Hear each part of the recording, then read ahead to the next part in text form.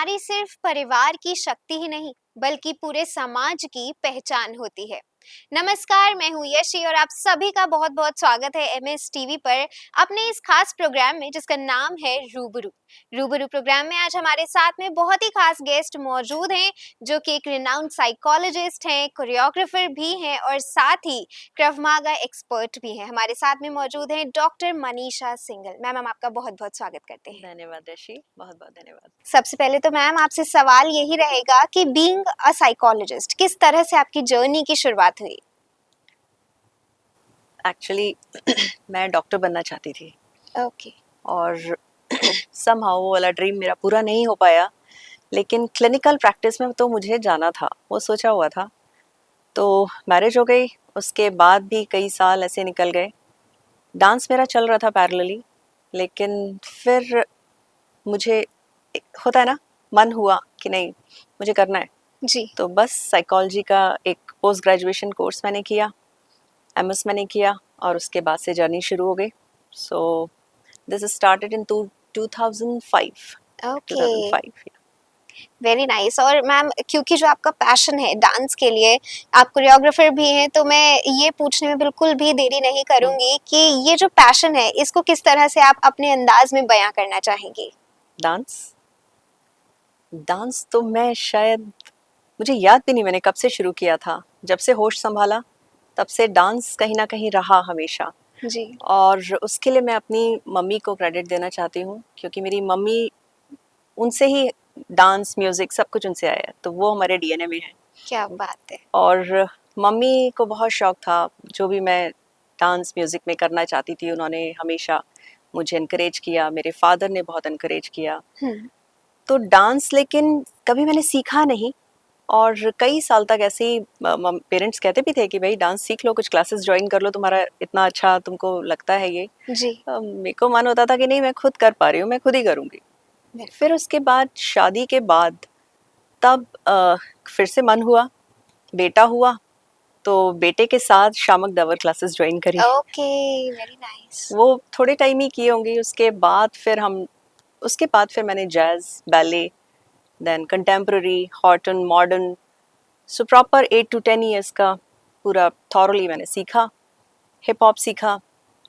इन 4-5 styles के बाद hip hop आया लाइफ में। ओके। फिर उसके बाद क्लासिकल तो कहीं ना कहीं मन में था, इंडियन क्लासिकल, भरतनाट्यम, कथक, जी। लेकिन सीखा कभी नहीं था। फिर उसके बाद 2018 में बेटा कनाडा गया, तो वो अपना उसका अपनी इंजीनियरिंग के लिए बीटेक ओके। उसने वहाँ से किया था, यूनिवर्सिटी ऑफ वाटरलू से। तो जब बेटा गया उसके बाद जो वैक्यूम था, उसकी एब्सेंस बहुत फील होती थी, थोड़े टाइम डिप्रेशन सा भी रहा, मन नहीं जी। लगता जी। था।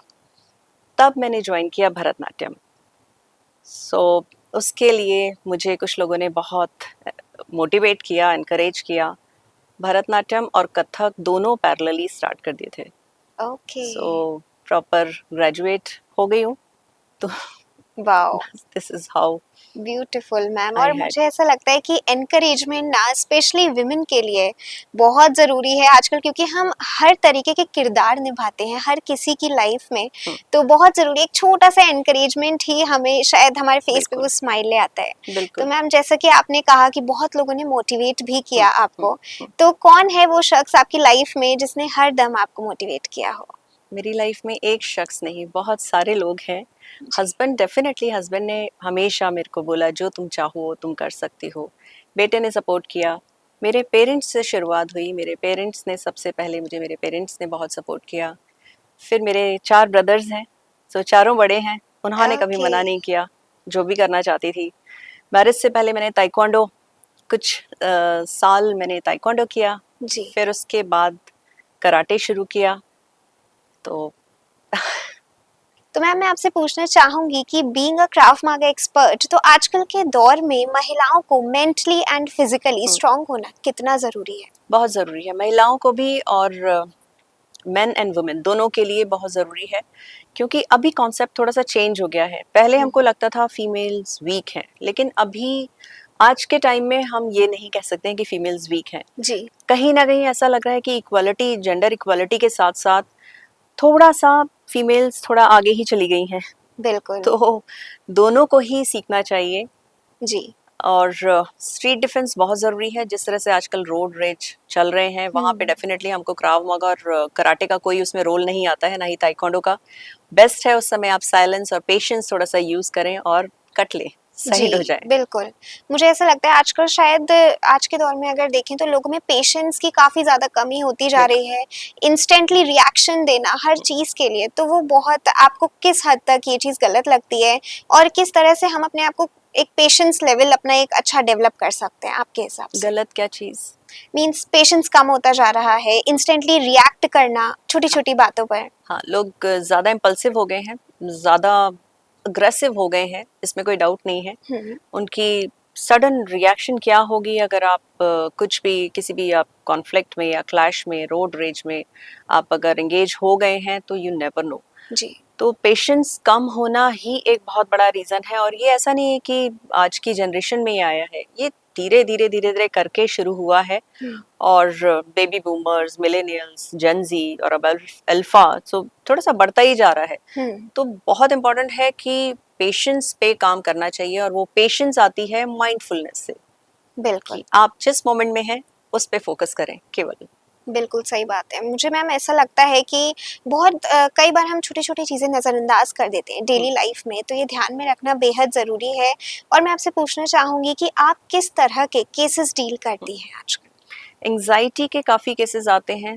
एंग्ज़ायटी बड़े डिफरेंट टाइप की होती है। स्ट्रेस एंग्ज़ायटी तो एक चीज़ है। हुँ, आज की जनरेशन थोड़ा ज़्यादा जागरूक हो गई है। तो जी। उनको थोड़ा बहुत भी अगर लो फीलिंग हो रही है, मूड हुँ, स्विंग्स हो रहे हैं, तो वो लोग कंसल्ट करते हैं। मैक्सिमम केसेस मैं बोलूँगी stress, anxiety and relationship okay. ये काफ़ी हैं। बच्चों को लेके अगर हम बात करें तो पहले किसी को पता भी नहीं होता था एडीएचडी क्या है जी। और पर्सनालिटी असेसमेंट करा लेते हैं या हुँ, बिहेवियरल चेंजेस हो रहे हैं। घर में सब कुछ सारे काउंसलिंग और सब सारा ट्रीटमेंट घर में हो जाता था। हुँ, अब क्योंकि अवेयरनेस आ गई है तो जी। टीचर्स भी भेजते हैं स्कूल से आईक्यू एक आईक्यू हो गया। उसके अलावा अगर हाई आईक्यू भी है, आईक्यू की डिफरेंट वैरायटी है।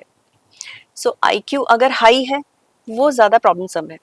लो आईक्यू है तब तो फिर ठीक है, अंडरस्टैंडिंग है कि आईक्यू लो है, लेकिन हाई आईक्यू को कई बार ऐसा होता है कि टीचर्स या केयर टेकर्स या पेरेंट्स हैंडल नहीं कर पाते हैं। उनको हुँ, ये समझ नहीं आता है कि बच्चे की मानसिक उम्र ज़्यादा है। तो बच्चे की मानसिक उम्र मेंटल एज के अकॉर्डिंग उसको हमें एक्टिविटीज़ प्रोवाइड करनी चाहिए, उसी तरह का एटमॉस्फेयर उसके लिए हमें प्रोवाइड करना चाहिए जी। और उसको आंसर ज़रूर करना चाहिए। हुँ, कुछ भी चीज़ अगर उसको क्यूरोसिटी है किसी भी तरह की, बच्चा पूछ रहा है, डेफ़िनिटली उसको आंसर देना बहुत ज़रूरी है बिल्कुल। और सोच समझ के। ऐसे नहीं कि आपने बस आप जल्दी में हैं, तो आपने कुछ भी कह दिया, हुँ। क्योंकि बच्चा आपकी बात को बहुत सीरियसली लेता है। जी, बिल्कुल। कई बार ऐसा होता है शायद हम इतना ज़्यादा ध्यान से नहीं दे पाते हैं उनकी बातों को आंसर्स, हुँ, बट वो बहुत ध्यान से सुनते हैं किड्स की अगर बात कहें।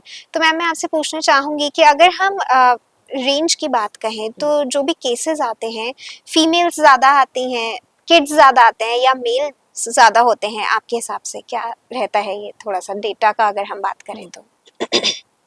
आई वुड से मेल्स ज़्यादा आते हैं, मेल्स ज़्यादा, मेल्स ओके। ज़्यादा आते हैं। फीमेल्स भी आती हैं, बहुत ज़्यादा डिफरेंस है नहीं एक्चुअली, हुँ, बहुत ज़्यादा डिफरेंस है नहीं, वेरी करता है। जी। तो बेसिकली मेल्स की क्या प्रॉब्लम रहती है रिगार्डिंग स्ट्रेस, वर्कलोड और वर्क स्ट्रेस एक है, हुँ, आजकल लेड ऑफ पीरियड चल रहा है, जी, सो जॉब्स नहीं हैं, ये दूसरी समस्या है। Then marriage, marriage. जितना भी यूथ है, हुँ, वो मैरिज थोड़ा-सा पोस्टपोन कर देते हैं, मैरिज से कतराते हैं। जी, तो उस इश्यू को लेके भी पेरेंट्स आते हैं या अगर एल्डर सिबलिंग्स हैं, वो भी आते हैं हुँ। कि मैरिज के लिए रेडी नहीं है। तो इस तरह के केसेस हैं काफ़ी, breakup, patchup, divorce, separation, very common.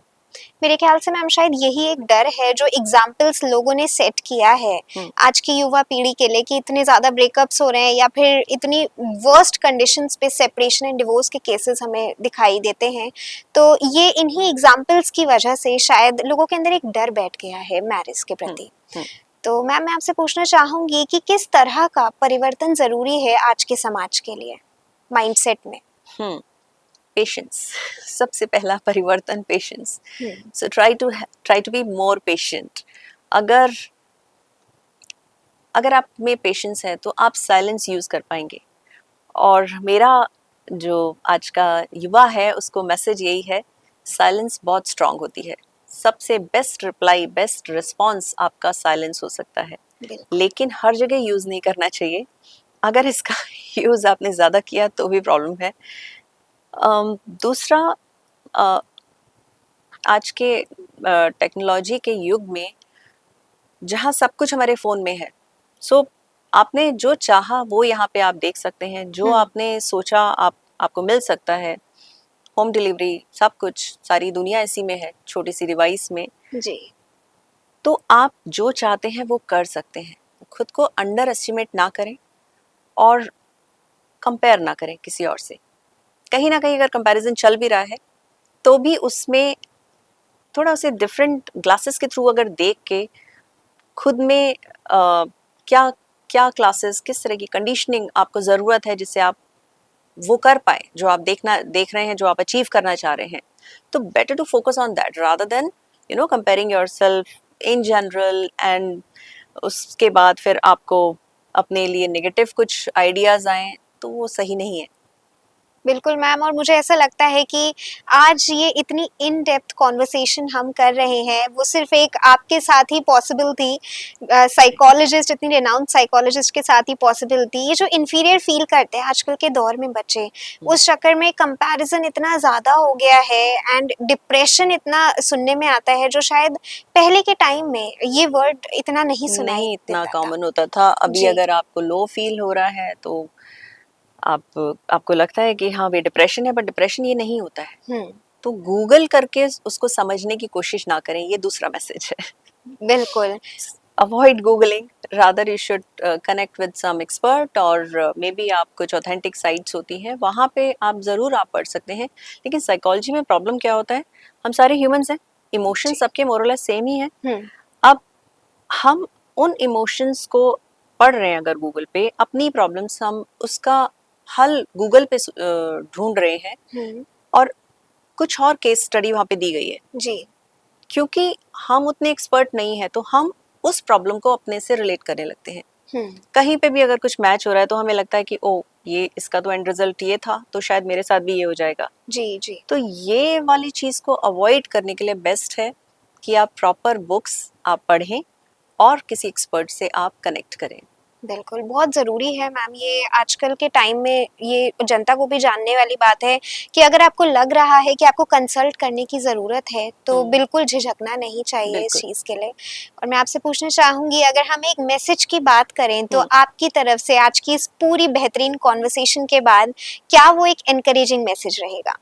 आज का मैसेज ये है, गाइज, आप खुद को कंपेयर ना करें और एक्सप्लोर करें क्या चीज़ आपको फैसिनेट करती है, क्या आपके लाइक्स हैं, डिसलाइक्स हैं, उसके अकॉर्डिंग आपकी कैपेसिटीज़ क्या है, स्टैमिना क्या है, आप कितना टाइम डिवोट कर सकते हो, और कौन सा करेक्ट पाथ है.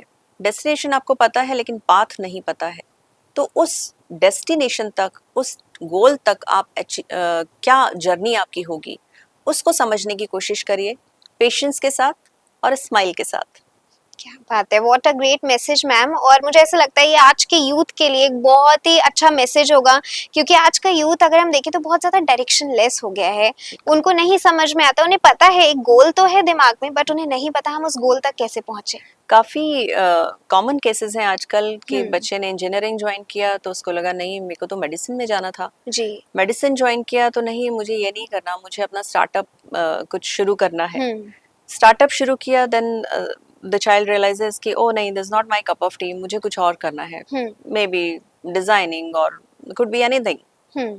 सो आप एक्सप्लोर करिए, आपको जहाँ पे भी कुछ सीखने को मिल रहा है खुद को टेस्ट करिए, ट्राई करिए, आपको अपने आप पता चल जाएगा कि आपको कहाँ जाना है. और अगर आपको एक या दो तीन चीज़ों से ज़्यादा चीज़ें अच्छी लग रही हैं, fine, go for that and then decide. What a beautiful message, ma'am. और thank you so much for giving your valuable time to us. It was a wonderful conversation with you. Audience से मैं यही कहना चाहूँगी कि अगर आप चाहते हैं ऐसी अमेजिंग कॉन्वर्सेशंस के साथ में जुड़े रहना तो जुड़े रहिए MS TV के साथ में.